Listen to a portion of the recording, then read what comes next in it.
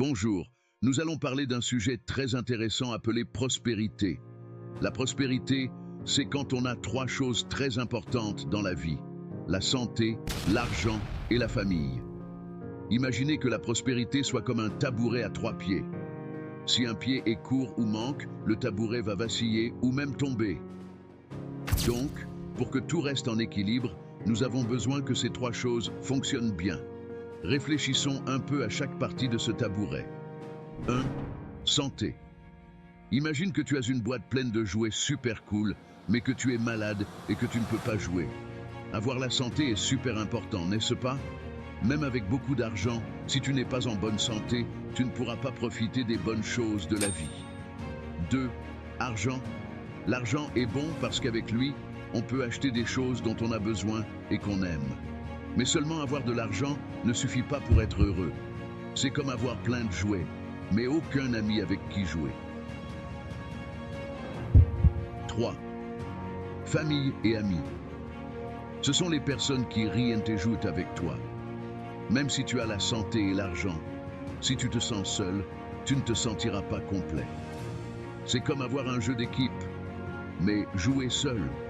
Maintenant, jouons à imaginer. Pense que tu as beaucoup d'argent, mais que tu es très malade.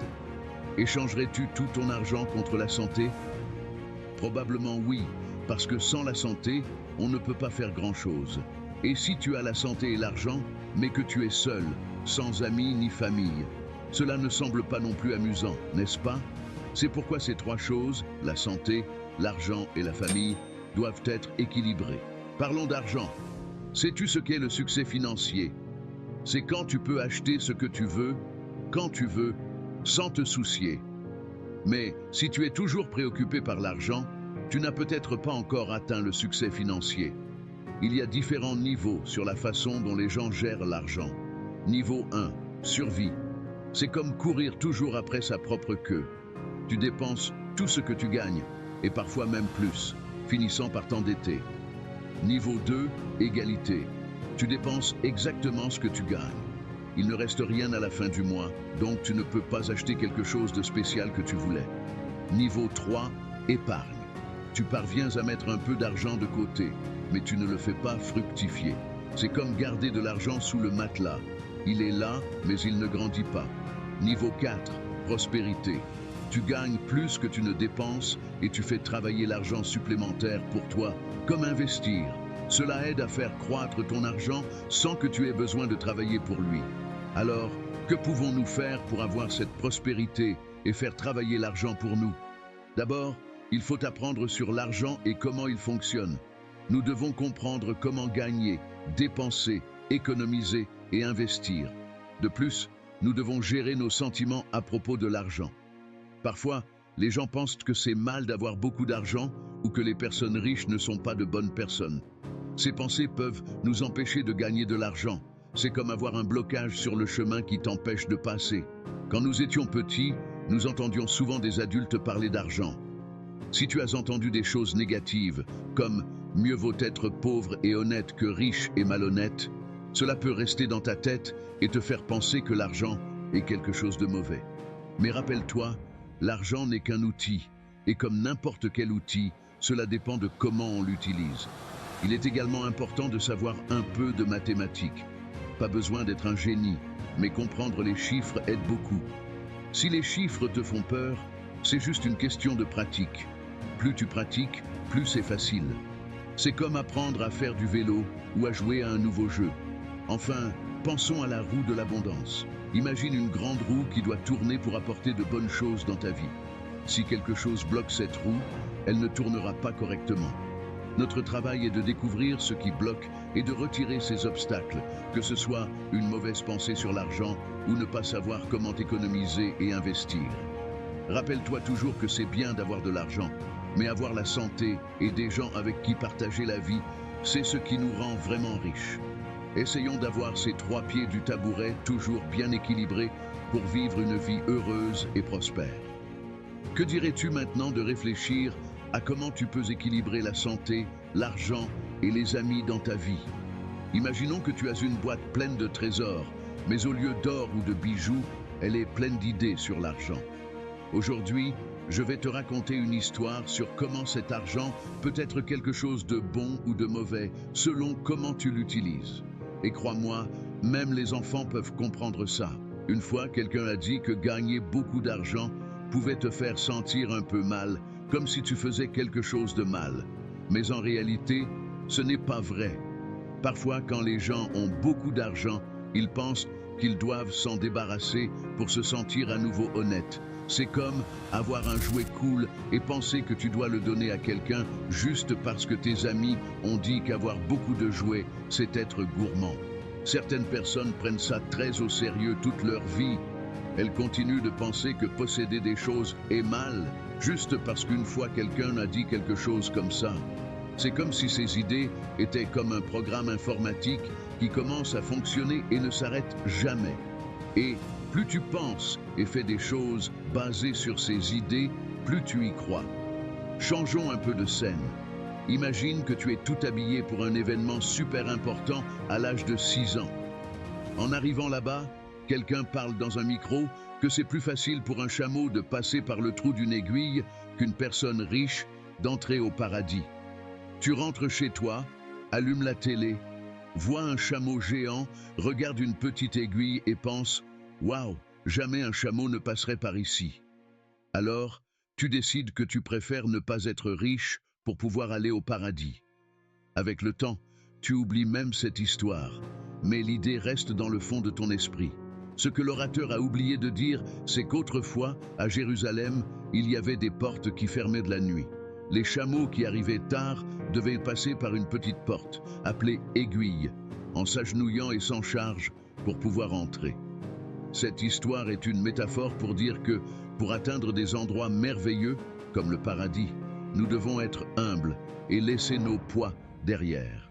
Tu n'emportes rien de matériel quand tu meurs, seulement ce que tu as vécu et appris.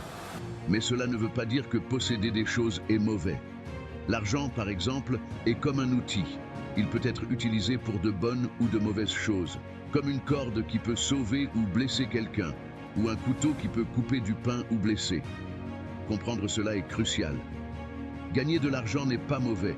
L'important est de savoir bien l'utiliser, sans être avare. L'argent peut même t'aider à être plus spirituel, s'il est utilisé avec sagesse. Maintenant, pense à la roue de l'abondance, qui est comme une grande roue de vélo qui a besoin des deux parties, donner et recevoir, pour bien tourner. Si tu sais seulement recevoir ou seulement donner, la roue ne tourne pas correctement. C'est comme un jardinier qui taille les plantes pour qu'elles poussent davantage. Quand tu aides les autres, d'une certaine manière, tu t'aides toi-même, car cela fait tourner ta roue de l'abondance plus vite et mieux. Tu dois être à la fois généreux et charitable. Être généreux, c'est quand tu donnes quelque chose à quelqu'un qui pourrait l'acheter seul. Être charitable, c'est aider quelqu'un qui en a vraiment besoin. Pratiquer les deux est idéal. Rappelle-toi de 4 actions importantes: déclarer, demander, risquer et remercier. Ce sont comme les commandes que tu donnes pour que la roue de l'abondance ne tourne pas seulement, mais vole. De cette façon, apprendre sur l'argent ne consiste pas seulement à en avoir plus, mais à être plus. Imagine si tu gagnais à la loterie et devenais millionnaire du jour au lendemain. Beaucoup de gens pensent que s'ils avaient beaucoup d'argent, ils vivraient comme des millionnaires, achetant de grandes maisons, des voitures de luxe et voyageant autour du monde. Mais ce n'est pas aussi simple que ça. Savoir gérer cette fortune est essentiel, car si tu ne sais pas, tu pourrais finir par tout dépenser très rapidement.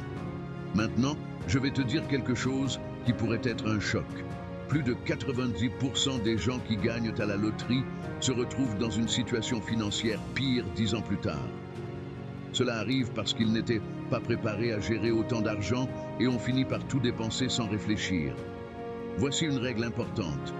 D'abord, tu dois être, ensuite faire et enfin avoir. Cela signifie qu'avant d'avoir quelque chose, comme de l'argent, tu dois être une personne qui sait comment s'en occuper et faire les bons choix. Nous, les êtres humains, sommes comme des magiciens avec les mots. Ce que nous disons peut devenir réalité. Par exemple, dans le mariage, quand 2 personnes se disent « oui » l'une à l'autre, le juge les déclare mari et femme. Et si ensuite elles décident de se séparer, elles doivent le dire à un tribunal, et le juge confirme la séparation. De la même manière, tu peux déclarer de bonnes choses pour ta propre vie, comme « je suis capable »,« je suis intelligent » ou « je suis prospère », et cela peut commencer à devenir vrai. Alors, ne sous-estime jamais le pouvoir de déclarer des choses positives pour ta vie. Dire des choses positives peut vraiment transformer ta vie. Un autre point très important est de savoir demander. Demander, ce n'est pas seulement dire « je veux ça », mais croire que tu mérites et peux avoir cela. Beaucoup de fois, les gens ont peur de demander de l'aide ou des opportunités, mais souviens-toi, qui ne demande pas, ne reçoit pas. Tu dois dire à l'univers, ou même à Dieu, ce que tu désires vraiment. Un autre secret pour une vie prospère est d'apprendre à prendre des risques calculés. As-tu déjà entendu parler d'Elizabeth Kubler-Ross ? Elle était une psychologue très intelligente qui a consacré une partie de sa vie à enseigner sur la mort et la vie. Elle disait que si nous pouvions revivre notre vie, beaucoup d'entre nous prendraient plus de risques. Cela ne signifie pas faire des folies, mais essayer de nouvelles choses, même si elles semblent un peu effrayantes, car cela peut nous conduire à de nouvelles découvertes et au succès. Et tu sais quoi d'autre ? Être reconnaissant est extrêmement important. Beaucoup de gens passent beaucoup de temps tristes pour ce qu'ils n'ont pas, ou voulant des choses qu'ils ne possèdent pas. Mais si tu commences à remercier pour ce que tu as, plus de bonnes choses peuvent venir à toi. La gratitude est comme un super pouvoir qui apporte plus de bonnes choses dans ta vie parce qu'elle change ton focus vers le positif, aidant à attirer plus de positivité. Nous parlons ici de concepts qui touchent la science, la philosophie et la psychologie. La science nous aide à comprendre comment une chose en amène une autre en étudiant les causes et les effets. La philosophie nous fait réfléchir sur la vie, ce qui est réel et ce qui vaut la peine. La psychologie, quant à elle, étudie comment nos pensées et nos sentiments affectent notre comportement. Quand nous combinons ces trois champs d'études, nous commençons à mieux comprendre comment prospérer dans la vie. Maintenant, parlons de notre esprit, qui est divisé en deux parties, le penseur et le prouveur. Le penseur est celui qui crée des idées et imagine des possibilités. Le prouveur est celui qui vérifie si ces idées peuvent devenir réalité. Si tu penses que quelque chose est très difficile, le prouveur peut faire en sorte que cela semble encore plus difficile. Mais si tu crois que tu peux atteindre quelque chose, le prouveur travaille pour que cela devienne réalité. C'est comme la célèbre phrase « Si tu penses que tu peux ou que tu ne peux pas, dans tous les cas, tu as raison ». Ce que tu crois souvent devient vrai dans ta vie. Pour illustrer mieux, pense au scénario suivant. C'est vendredi soir. Tu rentres à la maison après une longue journée de travail. Tu allumes la télévision et tu découvres que tu as gagné à la loterie. Tu vérifies ton billet et vois que les numéros sont exactement les mêmes que ceux annoncés à la télévision. Tu viens de gagner 1 million de dollars. Bien que tu ne puisses pas prendre l'argent avant lundi, tu passes le week-end très heureux car tu sais que ce n'est qu'une question de temps avant que le billet de papier se transforme en argent réel. À ce moment-là, tu as une incroyable certitude que tu es millionnaire, même si tu n'as pas encore l'argent en main. Si nous pouvions avoir cette même certitude pour toutes les choses que nous désirons, beaucoup de nos rêves deviendraient réalité. Cependant, la vie réelle ne nous permet pas toujours de garder cette certitude tout le temps et cela peut être frustrant. Alors, rappelle-toi, bien gérer ton argent, utiliser les mots avec sagesse, demander ce que tu désires, risquer de temps en temps et toujours être reconnaissant sont des clés pour une meilleure vie. Ces conseils ne sont pas seulement des mots, ce sont des outils puissants qui peuvent t'aider à transformer ta vie. Avec ces concepts en tête, tu ne rêves pas seulement d'une meilleure vie, tu fais des pas concrets pour la vivre. Maintenant, vas-y, applique ces idées et vois comment ta vie peut changer pour le mieux. Parfois, quand tu atteins un objectif, tu te sens super excité, mais cette excitation ne dure pas très longtemps, n'est-ce pas? Tu t'es déjà demandé quel est le secret pour être vraiment prospère? Je vais te le dire, le secret est de se sentir comme si tu étais déjà là, à l'endroit que tu veux atteindre. Par exemple, qu'aimerais-tu avoir? Disons que tu veux 1 million de dollars. Si tu avais 1 million de dollars, comment te sentirais-tu? Probablement très heureux, n'est-ce pas?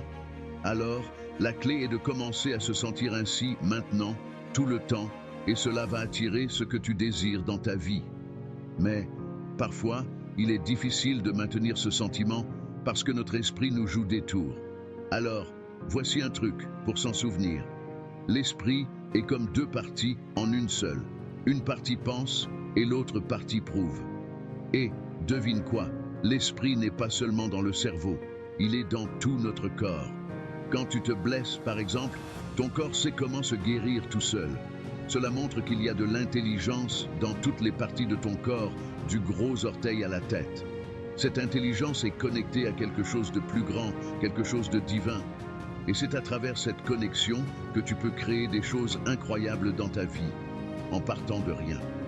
Pense-y, avant qu'une chaise n'existe, les gens s'accroupissaient ou s'asseyaient par terre, jusqu'à ce qu'un jour, quelqu'un ait pensé « Et si je créais quelque chose pour m'asseoir ?»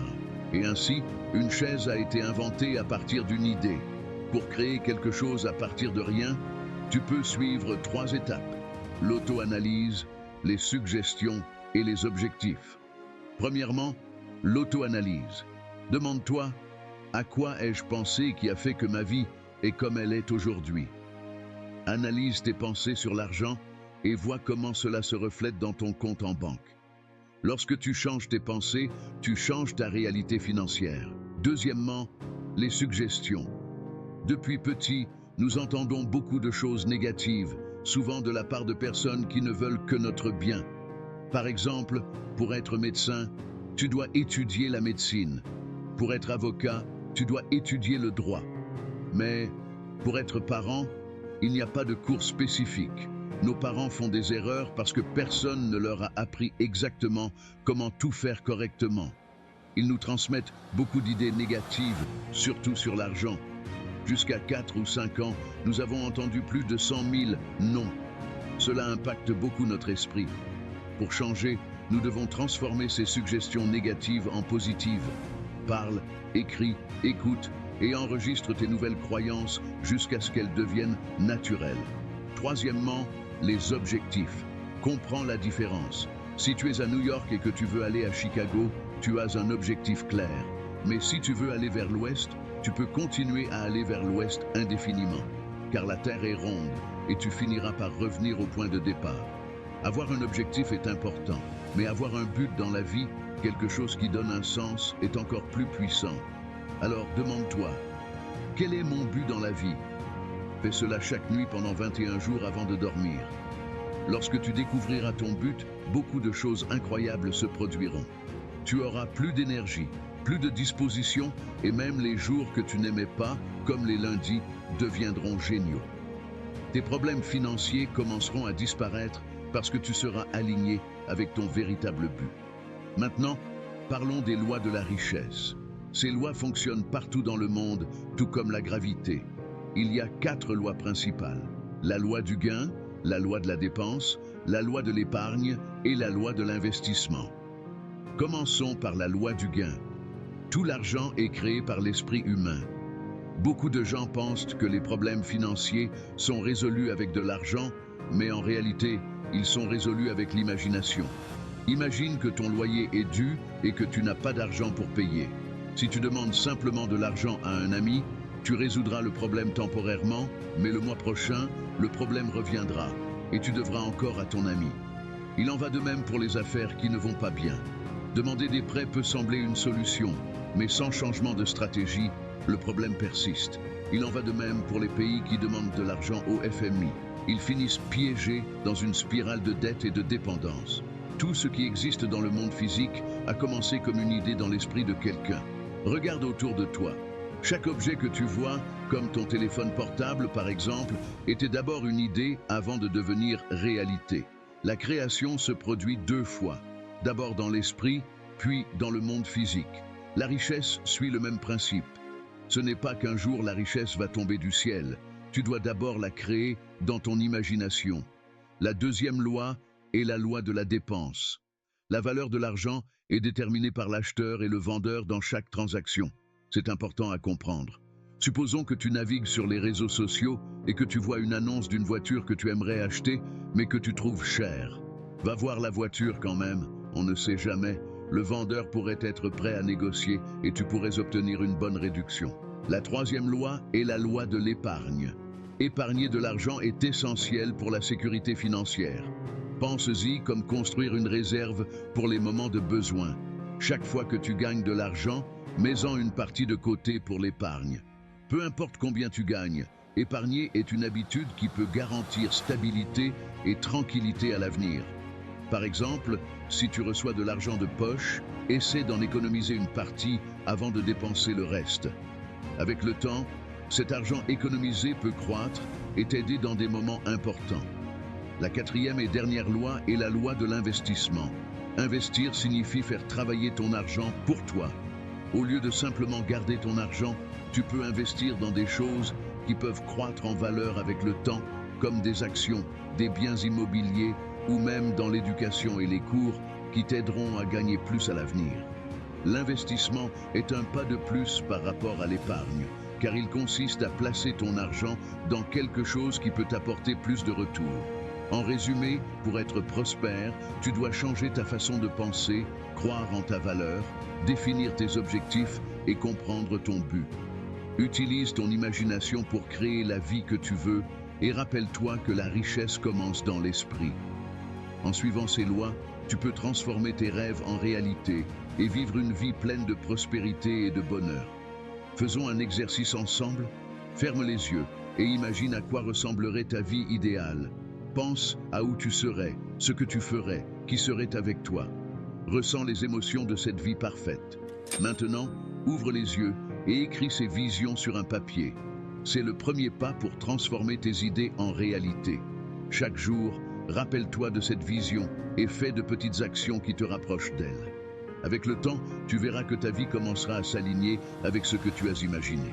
Rappelle-toi, tout commence dans l'esprit. Quand tu penses de manière positive et que tu crois que tu peux atteindre tes objectifs, tu crées une énergie qui attire de bonnes choses dans ta vie. C'est pourquoi il est si important de prendre soin de tes pensées et de maintenir une attitude optimiste. Même quand les choses deviennent difficiles, essaie de trouver quelque chose de positif dans chaque situation et utilise cela comme motivation pour continuer. De plus, il est crucial de s'entourer de personnes qui te soutiennent et croient en toi. Des amis et de la famille qui t'encouragent et t'aident à rester concentré sur tes objectifs sont comme un carburant supplémentaire dans ton parcours. Ils peuvent te donner ce petit coup de pouce quand tu en as le plus besoin et célébrer tes succès avec toi. Une autre astuce importante est de ne pas avoir peur de faire des erreurs. Tout le monde fait des erreurs et cela fait partie du processus d'apprentissage. Quand quelque chose ne se passe pas bien, vois cela comme une opportunité d'apprendre et de t'améliorer. Demande-toi, que puis-je faire de différent la prochaine fois et utilise cette expérience pour grandir. Récapitulons les lois de la richesse. Premièrement, la loi du gain. Tout commence dans l'esprit. Deuxièmement, la loi de la dépense. La valeur est déterminée par les acheteurs et les vendeurs. Troisièmement, la loi de l'épargne. Mets toujours de côté une partie de ce que tu gagnes. Et quatrièmement, la loi de l'investissement. Fais travailler ton argent pour toi. Avec ces lois en tête, tu es prêt à construire une vie de prospérité. La clé est de commencer à appliquer ces idées dans ta vie quotidienne. De petits changements dans tes habitudes peuvent avoir un grand impact sur ton avenir. Commence dès aujourd'hui à penser positivement, à épargner de l'argent, à investir dans ta croissance et à garder un but clair pour ta vie. Imagine-toi dans quelques années vivant la vie dont tu as toujours rêvé. Avec ces lois de la richesse et une mentalité positive, tu peux transformer cette vision en réalité. Crois en toi, garde le cap et n'abandonne jamais tes rêves. La prospérité est à ta portée, il suffit de faire le premier pas. Imaginons une situation. Tu navigues sur une rivière dangereuse, entourée de courants forts et de rochers tranchants. Soudain, ton bateau commence à couler rapidement. Tu te précipites pour attraper ton sac à dos où tu gardes 10 000 $ en billets, tout sec et protégé dans un sac en plastique. En nageant avec effort, tu atteins finalement la rive de la rivière. En regardant autour de toi, tu réalises que tu es dans un endroit éloigné. Peu de temps après, tu rencontres une personne qui a vécu toute sa vie à la campagne et qui n'a jamais eu de contact avec l'argent auparavant. Elle a un canoë et tu as désespérément besoin qu'elle te conduise à 10 km en aval jusqu'à un endroit sûr. Tu offres les 10 000 dollars à cette personne, mais elle regarde l'argent sans comprendre sa valeur. Pour elle, ces billets ne signifient rien et elle refuse l'offre. À ce moment-là, tu réalises que la valeur de l'argent dépend de qui achète et de qui vend. Maintenant, imagine une autre situation. Tu es à Miami, une ville animée où tout le monde connaît et utilise l'argent. Si tu offrais les mêmes 10 000 dollars à quelqu'un avec un bateau pour te conduire en amont, cette personne accepterait probablement tout de suite, sans hésiter. Cela montre comment la valeur de l'argent est relative et dépend du contexte et des personnes impliquées dans la transaction. La première leçon sur l'argent que nous devons comprendre est qu'il ne s'agit pas seulement de combien nous gagnons, mais de comment nous dépensons. Imagine que tu gagnes 20 000 dollars par mois, mais que tu dépenses 19 000. À la fin du mois, il reste un petit peu, n'est-ce pas? Maintenant, pense à quelqu'un qui gagne 100 000 dollars par an, mais qui dépense 110 000. Cette personne est constamment en train de devoir 10 000 dollars.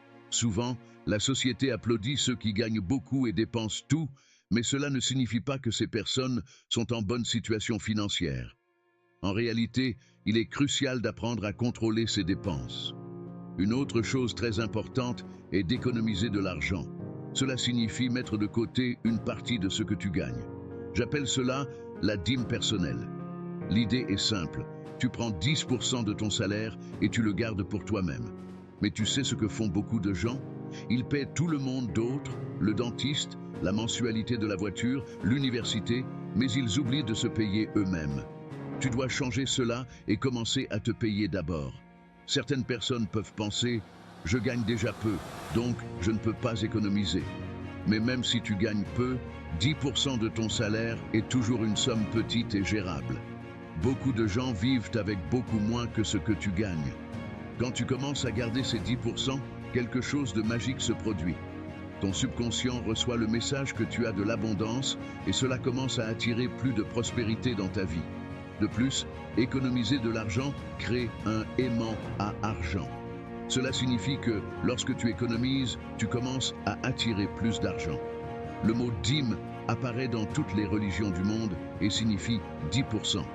Alors, garde ces 10% comme ta dîme personnelle.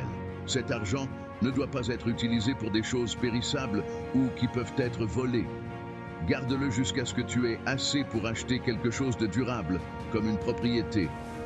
Maintenant, pensons à un exemple simple pour mieux comprendre. Imagine l'eau qui sort du robinet de ta maison. Où va l'eau? Elle va dans le drain, puis dans la rivière, et finalement dans la mer. De la même manière, l'argent va là où il y a déjà de l'argent. L'amour va à ceux qui ont de l'amour, et la haine va à ceux qui ont de la haine. Si tu vas à la banque et dis que tu es endetté et que tu as besoin d'un prêt, le directeur te dira probablement non.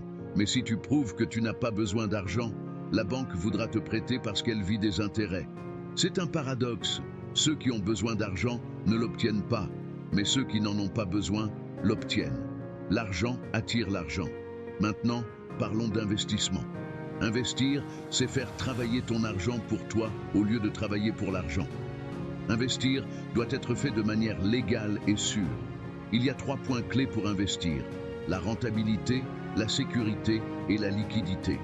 Tu dois décider si tu veux investir à long terme sans te soucier de la liquidité, mais avec sécurité et rentabilité, ou si tu as besoin d'argent disponible à tout moment, acceptant une moindre rentabilité. Cependant, suivre seulement les règles de gagner, dépenser, économiser et investir ne suffit pas. Tu dois aussi considérer le côté psychologique des choses. Il y a des facteurs psychologiques qui interfèrent avec ta capacité à gagner de l'argent. Par exemple, si tu as eu une mauvaise expérience dans une ville, tu ne voudras pas y retourner. Un autre exemple est la désapprobation des parents. Beaucoup de gens sentent qu'ils ne peuvent pas gagner plus d'argent que leurs parents parce que cela les humilierait. Cela affecte environ 30% des gens et est un obstacle à la croissance financière. Travailler sur ces questions psychologiques est crucial avant d'appliquer les lois de la richesse. L'honnêteté est aussi importante. Souvent, les gens préfèrent être pauvres et honnêtes que riches et malhonnêtes. L'intégrité doit guider tes choix financiers pour garantir une vie équilibrée et prospère. Maintenant, parlons du sentiment de mort imminente. Cela se produit quand tu sens que tu peux mourir à tout moment. Quand nous naissons, nous commençons la vie par une inspiration et la terminons par une expiration. Si nous associons la douleur à l'inspiration, cela est codé dans le cerveau comme un sentiment de mort. Nous devons vivre comme si nous allions vivre pour toujours. Les personnes qui vivent longtemps sont celles qui relèvent constamment des défis et fixent de nouveaux objectifs, comme si elles allaient vivre pour toujours. C'est très important. Décrivons quelques points importants sur comment gérer l'argent. 1. Comprendre les dépenses. Pour bien gérer ton argent, tu dois savoir exactement où il va. Fais un budget détaillé de toutes tes dépenses mensuelles. Cela inclut tout, des grosses factures comme le loyer ou l'hypothèque, aux petites dépenses quotidiennes comme un café au coin de la rue. Quand tu vois où va ton argent, il est plus facile d'identifier où tu peux couper les dépenses inutiles et commencer à économiser. 2. Établir des objectifs. Avoir des objectifs financiers clairs est essentiel. Cela peut être quelque chose comme acheter une maison, faire un voyage de rêve ou simplement avoir un fonds d'urgence. Définis ces objectifs et travaille pour les atteindre. Divise ces objectifs en étapes plus petites et plus gérables et célèbre chaque accomplissement en cours de route. 3. Investir dans la connaissance. Avant d'investir ton argent, investis dans la connaissance. Lis des livres sur les finances personnelles, participe à des ateliers et des cours et cherche les conseils d'experts financiers. Plus tu en sais sur le fonctionnement de l'argent, meilleures seront tes décisions d'investissement. 4. Diversifier les investissements. Ne mets pas tous tes œufs dans le même panier. Diversifie tes investissements pour réduire les risques. Cela signifie investir dans différents types d'actifs, comme des actions, des biens immobiliers et des fonds communs de placement. La diversification aide à protéger ton argent en période d'incertitude économique. 5. Patience et persévérance. Construire de la richesse prend du temps. Ne t'attends pas à des résultats immédiats. Sois patient et persévérant. Continue à économiser et à investir régulièrement. Et avec le temps, tu verras les résultats. 6. Contrôle émotionnel. L'aspect émotionnel de la gestion financière ne peut pas être sous-estimé. La peur et la cupidité sont des émotions puissantes qui peuvent conduire à de mauvaises décisions financières. Apprends à contrôler tes émotions et à prendre des décisions basées sur la logique et la connaissance, pas sur les sentiments. 7. Révision régulière. Révise régulièrement ton plan financier. Les circonstances changent et ton plan doit refléter ces changements. Fais des ajustements si nécessaire pour t'assurer que tu es toujours sur la bonne voie pour atteindre tes objectifs. J'espère que ces idées et conseils t'aideront à mieux comprendre comment gérer l'argent, l'importance d'épargner, d'investir et de prendre soin de ta santé psychologique. Avec ces stratégies, tu peux vivre une vie prospère et équilibrée, atteindre tes objectifs financiers et vivre avec sécurité et tranquillité. Parlons d'une chose que beaucoup de gens utilisent comme excuse pour ne pas obtenir de l'argent, le karma. Je ne suis pas ici pour discuter si le karma existe ou non, mais pour dire que certaines personnes pensent qu'elles ne peuvent pas gagner de l'argent dans cette vie à cause du karma. Pense-y, si ta vie passée était plus importante que celle-ci, tu vivrais la vie passée, n'est-ce pas? Plus important que le karma est notre libre arbitre. Nous avons le choix d'aller de l'avant ou de reculer, et cette liberté est quelque chose que même Dieu ne nous enlève pas parce qu'il nous l'a donné lui-même. Parlons de quelques mythes populaires sur le fait de gagner de l'argent. Quand je dis mythe, c'est parce que les gens confondent la causalité, qui a une cause, avec la casualité, qui se produit par hasard. L'un des mythes est que pour gagner de l'argent, il faut travailler beaucoup. Ce n'est pas vrai, tu dois travailler intelligemment. Une fois, un homme est devenu millionnaire à 65 ans et a été interviewé à la télévision. On lui a demandé pourquoi il était devenu millionnaire à 65 ans et non à 55 ou 45 ans. Il a répondu « J'étais tellement occupé à travailler que je n'ai pas eu le temps de gagner de l'argent. » Parfois, nous sommes tellement concentrés sur le travail quotidien que nous ne pouvons pas voir la situation d'une perspective plus large. C'est pourquoi il est important de prendre des vacances de temps en temps. Tu reviens renouvelé et avec de nouvelles idées. Si tu travailles dur et que tu n'arrives nulle part, il est peut-être temps de réévaluer. Un autre mythe est que nous ne pouvons pas gagner de l'argent et nous amuser en même temps. Certaines personnes disent « Pendant la semaine, je travaille dur et le week-end, je m'amuse ». Mais si je te disais que ce que tu fais pour t'amuser, quelqu'un d'autre le fait comme profession, imagine transformer ton passe-temps en profession.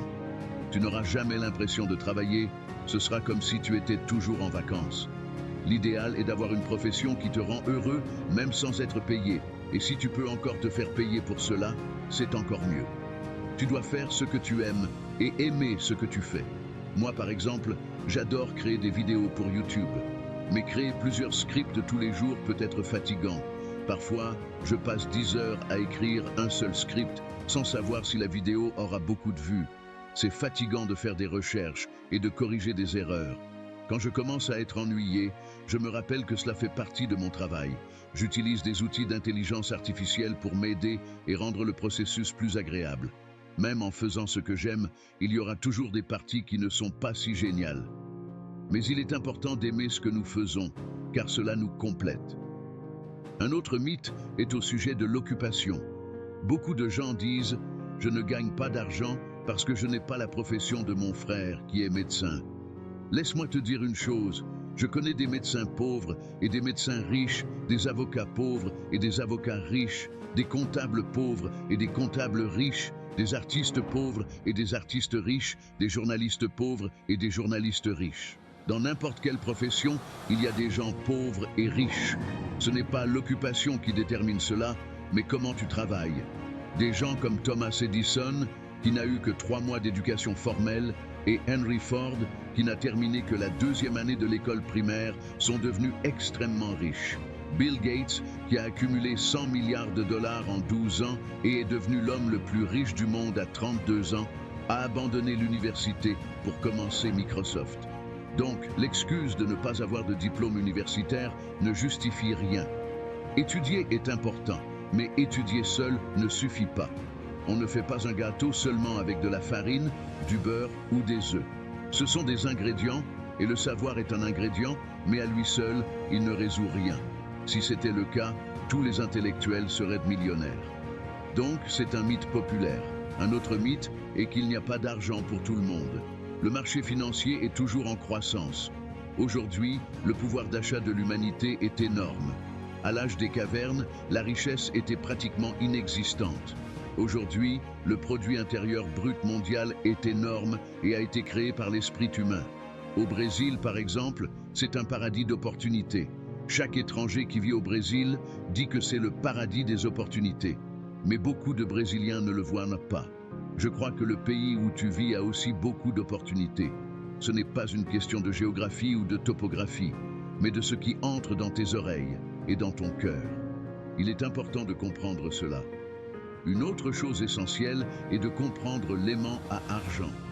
Le concept de dîme personnelle, dont nous avons parlé plus tôt, en fait partie. Garde 10% de ce que tu gagnes pour toi.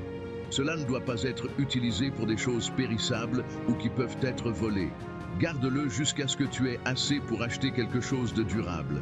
Économiser crée un aimant à argent, attirant plus de richesse dans ta vie. Nous avons parlé de beaucoup d'idées ici. Je te recommande de relire ce texte plusieurs fois, car plus tu le liras, plus ces idées seront gravées dans ton subconscient.